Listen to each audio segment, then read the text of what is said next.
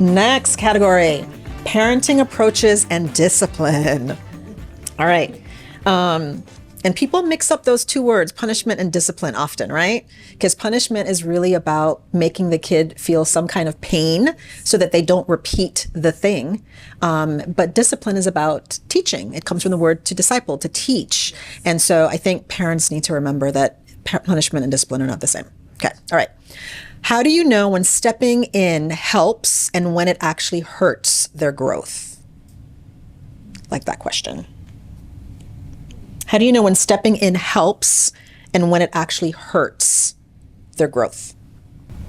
I think depending on their age, sometimes asking them, if they're old enough, maybe like a teenager, you can say, hey, I know the situation's really difficult. Would you like me to step in? Would it help if I did something to help you? Or is this something that you want to handle all by yourself? Because a lot of times a teenager will have an opinion and you don't want to go behind their back, break their trust, do what you think is best. And that's, you know, embarrassing or humiliating, or it's just not helpful to them. Then I think, so I actually had that situation for myself when I was in middle school, and I wanted to take care of it myself, but then it got too much. Sure. And I wasn't able to see that, so then they stepped in. And then, so being able to be mindful to try, and they did, my parents let me try my approach, and then they're like, mm-mm. But they didn't let you drown. They didn't let me drown. Then they're like, oh, this is not good. And so then they stepped in. So I like that, but then knowing that they had my back and could... I think that's why I like the whole idea of like scaffolding, like they use in education, is like coming alongside them, or body doubling, where you do the thing with them. Because like with the baking, with the cooking, with the cleaning the room, with anything, because sometimes they don't feel confident enough to do it, and they don't feel sure of themselves. And so having somebody who can come alongside them and kind of coach them and guide them through that, I think is really helpful. Yeah, even with littles. I don't work with a lot of tiny ones, but I've had the experience where you can, as Brogan said, you can actually ask them, would you like mommy to help you with this, or dad to help you with this? And they'll say yes or no. Sometimes they'll say, yes, I need your help, or yes, please, or no, let me do it by myself. Then you can kind of watch that and see which way to go, because it's a fine line. Okay. What's better, yelling and screaming or speaking calmly with my tweens and teens? All right, I'll take that. No. So I would definitely say speaking calmly. As far as yelling, you know, I even had a little scenario with 3 bottles of water, and one was clear, one was, you know, a little cloudy, the other was very dirty. With the parent I was coaching, and it was about a child who was very defiant. And so the parent decided, I'm just going to yell, because if I talk nicely, this happens. If I talk mediocre, she's the same. And then if I yell and scream, she's the same. So the parent chose yelling. And so I gave that scenario with the bottles of water, and I said, so which one of these would you choose? Would you choose the clear, nice, pretty alkaline water, the next one, or the next one? Of course, she chose that one to drink. And I said, so when you think about it with your child, what are you doing? You're not seeing clearly if you're yelling and screaming, or any of the sort. You're not seeing the big picture, and the child is not even listening to what you're actually saying, because all they can hear is the loudness.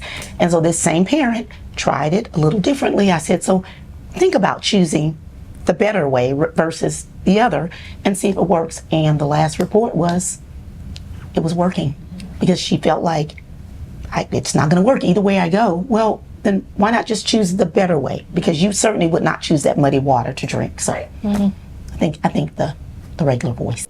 And I think in every conversation there's 2 things going on, right? What you say and how you're saying it. And so you can say the right thing but in the wrong tone, and they're not going to hear you. Sure. And we are constantly training one another. Parents and kids are constantly training one another. So if they learn that, oh, I only have to listen when she loses it, then that's what they're learning. They're learning that when you are screaming your head off and you're acting like you have lost your mind, then, you know, I know you mean business. And so then when parents are like, well, that's the only thing that works. Well, of course it works, because you've just trained your child to listen to you when you have lost it. And so I think the better way, I think that's where people think they're losing their respect and their credibility, when they speak in a calm voice, or when they speak in a more like, well, no, you're not losing your credibility. You're helping regulate yourself, and you're helping regulate your child in this situation. And it helps provide consistency, right? Sure. If we are disciplining our child for yelling at us and then we yell at them, it's kind of contradictory, right? It doesn't make much sense. Well, because we think the rules don't apply to us. Right. And then they get the word hypocrite in their head. Yep. And then we really feel bad about ourselves. All right. My child does not like doing chores or helping out. What can I do to change this? So I think it would be change the approach, because I think sometimes, as the adults, we're like, we know what needs to get done. Like, the lawn needs to be mowed, all the dishes, the laundry. If people just stop wearing clothes, we can stop doing laundry. We know all the stuff to do, and we've done it for so long, and then so often the kid is like, well, why should I do it? You're going to take care of it, or you overdo it. They know you're going to go back behind them and fix it. So I even try. So I think sometimes it's, going at, I think you mentioned, like, you're part of the family. So everyone has a purpose, everyone contributes, and then maybe it is the scaffolding and steps and starting small, but saying, like, we all live here, we all use everything, we all eat the food, we all wear the clothes, so we're all going to have a different way to help maintain it. And then maybe incorporating routines, right? Like, kids like to know what to expect. So if they know every Saturday at 9 o'clock, you're going to clean the bathroom. Now, again, schedules change, but habit and routine, when they know what to expect and it's part of what they do, then they don't have to think about it, because it's just what you do. They don't wake up and think, should I eat breakfast? Okay, sometimes they do, but it's just something you do. And maybe even choosing some of the things that they enjoy doing, right? Adding that to the mix, so that way you're not always just forcing them to do some, random thing, So, but I think for me, like, if my child is, like, last weekend, he was supposed to clean out the laundry room sink, and I looked and he had not. And I said, hey, did you clean the sink? Yeah. And I said, show me. And I said, because this is what I see. And he's like, oh, I'm like, so it's not clean. And he's like, okay. And so it's, again, we don't need to have this long lecture. I can just show you, hey, I know we have different standards of clean, but this is clearly not that. Okay. It doesn't meet any definition of it. And then just say, okay, clean means to do blah, blah, blah, blah, blah. And I think we forget that piece, is just kind of walk them through the scaffolding again. Teaching. Yes. Okay. My child needs help with everything. How can I grow their independence? This is when I hear a lot of parents feeling like their kid doesn't want to do anything and that everything needs to be scaffolded and supported. So how can a parent grow their child's independence? Incremental expectations, like very, incremental moments, expectations, small wins. Let's start with that first step and do that every single day, and then we can have it stack or tack, as they become more and more independent. Well, and maybe be realistic about your expectations. You can't have the same expectations for a 3-year-old that you do a 10-year-old. But having the expectations for the 3-year-old, I think sometimes parents are like, oh, they're little, they're 2, what can they do? They're 3, what they can do? They can do a lot. They can do more than I think sometimes we give them credit for. So it's like you said, the little things. Make it the expectation. All right, you're going to get 3 books and I'm going to put up the rest. And but making it a teamwork, doing it together, and then slowly backing off as they get more and more, and then their confidence will grow, and then they'll be like, oh, I really can do this stuff. One of the things that I do with my clients as well as my own kids is I ask a question like, so like my daughter needs to get her hair done and she already has old braids in and she needs to get new braids and it's 2 days away and I know it takes time. So I will say, what are your plans on getting your braids done before you have to get your new braids done? So, and she's like, oh, because again, that's executive functioning, that's planning, that's kind of forward thinking. And many times, again, kids, I think we forget they're very concrete, they're very here and now, and they're not thinking 10 steps ahead. We are. That's why we're so exhausted and forgetful, right? So I think it's like, well, what are your plans to blank? And that can help build some independence. She's like, oh, I was planning on doing it tomorrow. Really? Tomorrow? You think that's going to be enough time because of, oh yeah. So, but I think it's really asking strategic questions to really help them get to that point. All right. Next question. Why does my child argue and question everything I do? because they're a teenager usually. But part of it, especially for teenagers, is it's a transition, right? Like ultimately our goal in life is to make our kids independent and be fully functioning adults. And that's where they learn, right? Like they are learning to communicate their needs, they're learning to communicate their boundaries, which are things we actually want. It just isn't always comfortable because it sometimes translates to us as disrespect or attitude, but sometimes they're just learning, right? If they've never been a teenager before, they're learning how to be a teenager, and we have to learn how to be parents of teenagers and not take it personally. And even at the toddler age, they're learning the world too, and they're learning how to respond and what works and what doesn't. If I ask this way or do this, does mom laugh? Are mom and dad on the same page here? Can I, get away with one thing with one and not the other? So I think we just have to remember that they're just learning the world the best way they know how. And if something works, they're gonna go for it. They're gonna try it over and over. Well, they're learning they're separate. Yeah. That, hey, I don't have to like green because you like green. I can like purple. I can like this TV show. I can like this book. And I think sometimes people choose things because they know it'll drive other people crazy, but for the most part it's because they're like, oh, it's all new, and they're discovering, even as adults we're still discovering new things that we like, so we get surprised when our kids do it as too. Well, and at the toddler age specifically, right, when you look at an age group where they're coming out of pushing the little toy and it goes moo, and you get this response, and our 3-year-old says something, wild, and they get this big response, it's going to repeat, you know what I mean? They're, like I said, they're learning the world, they're learning how to navigate through it, and they're looking at all the way people are responding.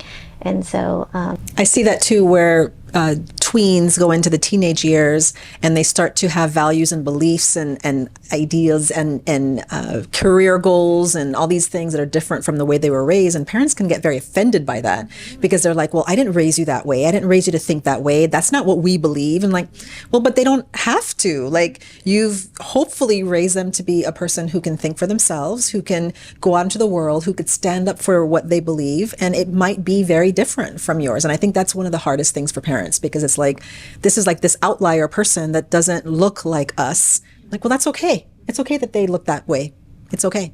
They're gaining more autonomy, independence. Yeah. And even with some of the parents, a lot of times kids will say things like, well, you said that we should limit our screen time. Why are you on your cell phone all the time? Mm-hmm. Now, don't take that personally, because honestly, that's the truth. So they're watching you. Again, you're modeling before them. So if you're in your phone all the time, but you're telling them they don't need to be, then what are you conveying to them? So don't take it so personally. They're curious. They want to know. And again, as Angie said earlier, especially the tweens and the teen ages, they're growing and they're really watching. So we must remember that they're looking at us too. Yeah. All right, next one. How can parents navigate the power struggles associated with teens asserting their independence? I think it starts with teaching them how to do it, right? I can say to you, you can disagree with me and that's okay, but you cannot communicate it with me in a disrespectful manner. So you can feel and say whatever you want, but we have to learn how to communicate that in a way that I can hear both your tone and your words. That's valuable. Mm-hmm. Yeah. Nice. I think also leading with curiosity. I find that when a teenager says something that feels really outlandish, whether it's my own or the ones that I work with, again, sometimes I think they're trying to get a reaction, but also because they have these ideas that are different. And so I'll say something like, well, that's an interesting perspective. Tell me more about that. And I remember when my kids had told me, like, we think we shouldn't have to go back to school ever again. And I'm like, well, that's an interesting perspective. Tell me what that would look like. And putting it back on them, because then they started like, well, then we could just be at home all day and we could watch YouTube or we could sleep in and blah, blah, blah. And they're like, but we wouldn't really be very smart, and we would kind of, and then as they started to unravel the whole scenario, they realized, like, that's a really bad idea. Never mind, right? But I think so often we're like, no, well, you should go to school because education is good and mind is a terrible thing to, and then we go into all these things, and I think it's best just to lead with curiosity.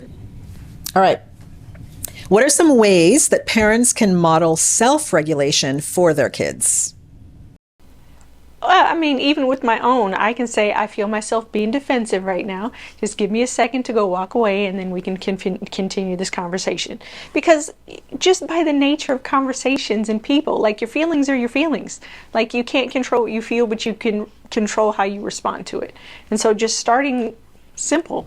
Yeah, verbally digesting what you're going through at that moment is okay. You're like, you're telling them what's happening in your body at that moment. And I think that teaches our kids too, you know, what we're feeling, and that we're not exploding or yelling. We're digesting our emotions. We're working through this, and I'm joining this journey with you, but I'm not walking away or screaming or yelling at you. Or validating, like, I'll tell them, I know this is really inconvenient for you. You want me to be able to take my hands off and let you do whatever, but these are my concerns. And these are the things I'm trying to protect you from. And so having that conversation so they understand where your perspective is coming from.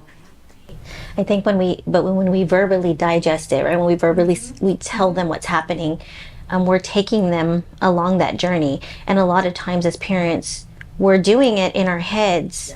And that's how it just naturally occurs. And our kids don't see it. So they don't see that picture happening. And I think it's helpful to kind of verbally.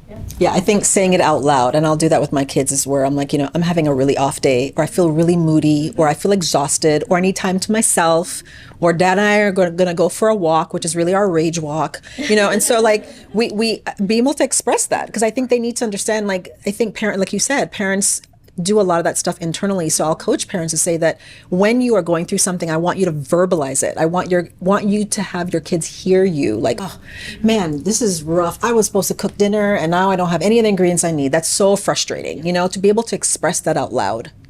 So I think so. That's good communication, definitely. Yeah. Even our granddaughter was putting her ear pods or whatever in, and earbuds in, and she communicated that to us on a drive back home, because she did not want us to think she was ignoring us if something came up. And I thought, okay, wow, what a change. That's great maturity. She said, yeah, so I'll have them on low, so if you guys speak loudly, I can hear you, but I just want to let you know what I'm doing. So it's just about communicating. Communication. Yeah.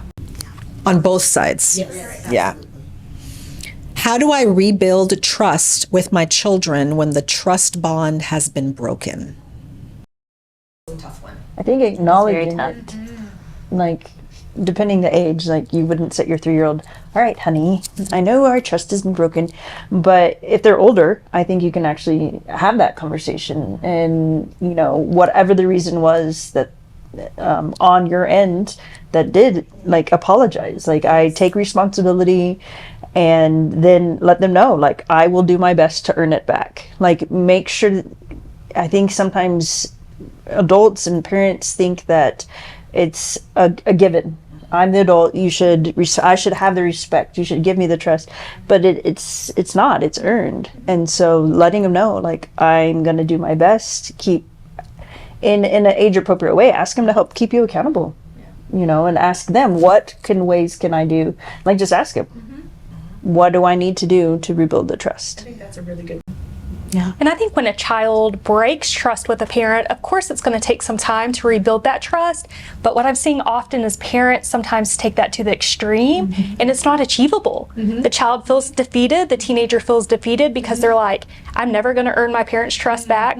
They've taken my phone. They said they're going to take my phone away for a year. What's the point in trying, right? Like, that's a really long time. That's like, parents need achievable goals. Yes. They need something that the child and the teenager feels motivated to fix it. Yes. Otherwise, that's what I've seen recently. The teenagers are like, well, I'm going to do what I want. Yes. Why try? It's not an achievable goal.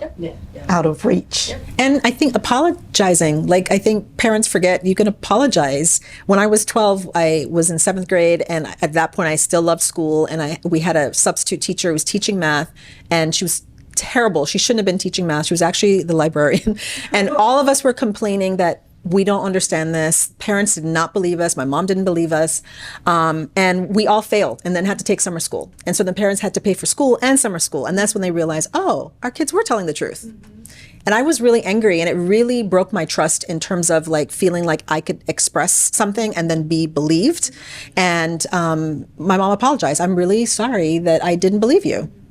And that made, like, such a huge difference. I still hated school at that point, but but I loved that she just apologized. I should have believed you. I should have believed you. And I think just a simple acknowledgement that you messed up and that I'm sorry that I did this. I'm sorry that I hit you. I'm sorry that I yelled at you. I'm sorry that I screamed at you. I'm sorry that I took away your phone for a year. You know, I'm sorry. Like, that was extreme, and I'm figuring this out just like you are. And I think that apology and the repair goes a long way. It goes a long way. And our children know we're not perfect, so we don't have to pretend to be. No. You know, we're not trying to, you know, keep that secret from anyone. It's true that we're not perfect, and that's okay. Right. All right, next category. School and advocacy. All right. How can parents advocate for their child's needs in a school setting? That could be for anything, academic, IEPs, anything. So how can a parent advocate for their child's needs in a school setting?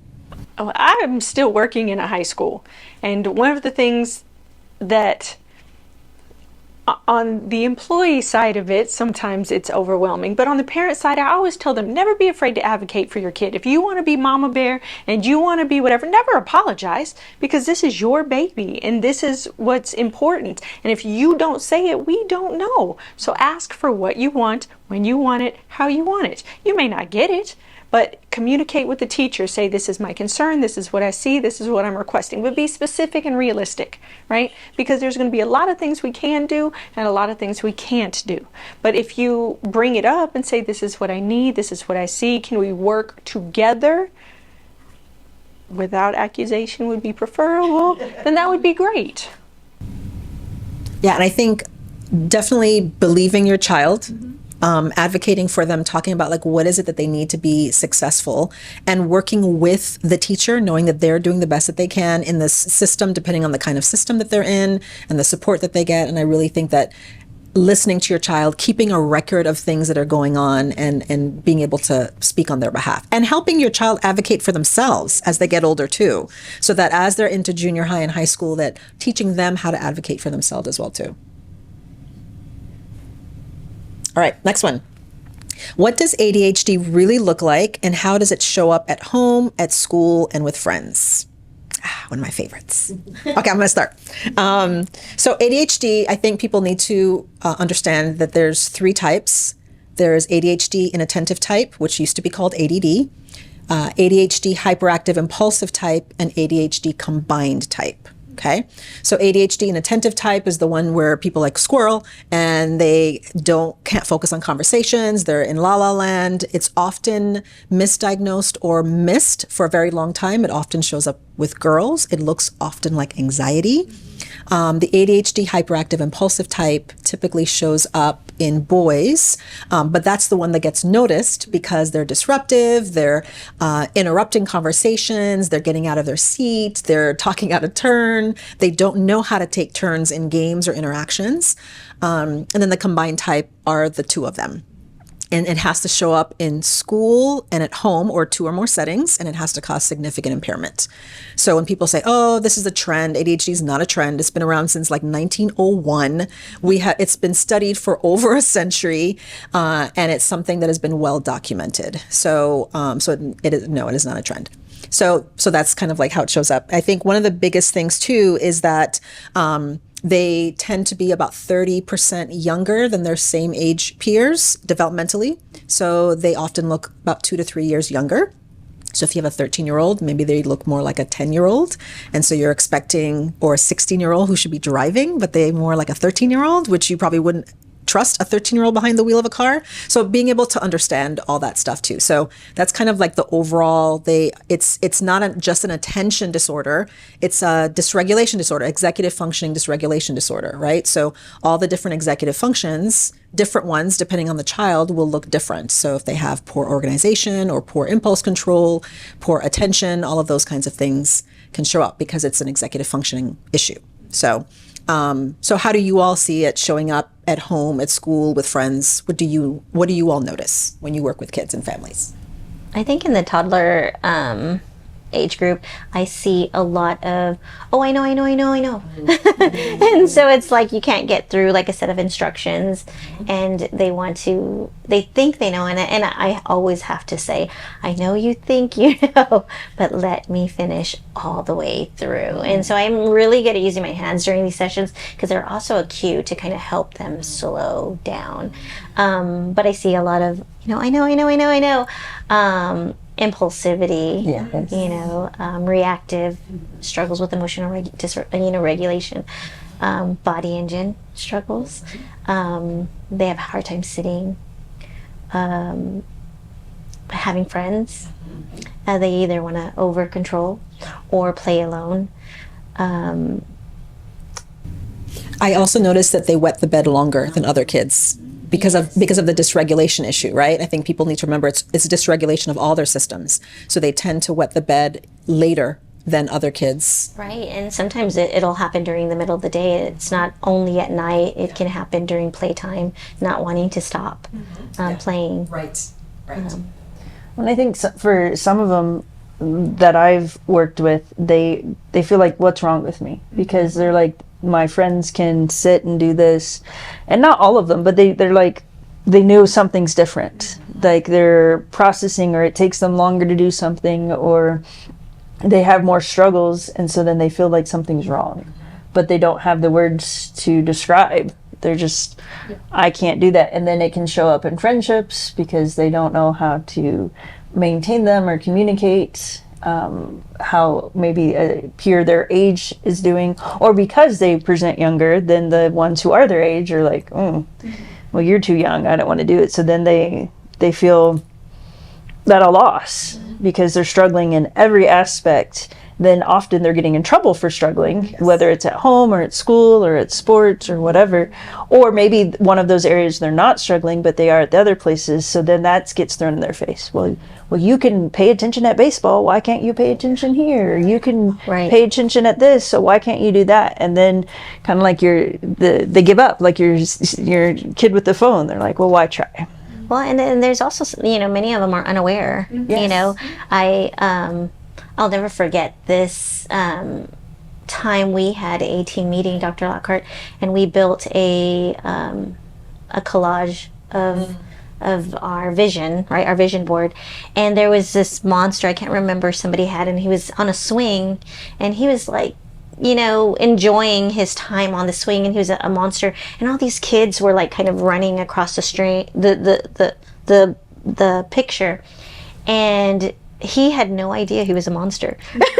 And there was this thought bubble, and this person that said, there's some monster around here, but I don't know where it's at, and he was the monster, but he was unaware that he was this monster that was kind of terrorizing the playground.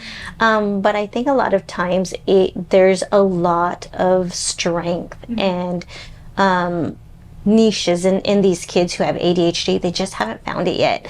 And I think that's one of the reasons why I do this job, is because I see the potential in all these kids, but they get caught up in this symptom or this struggle.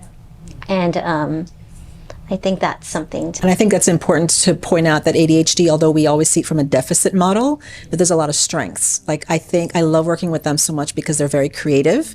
They're outside the box thinkers. They're energetic. They're like the life of the party often.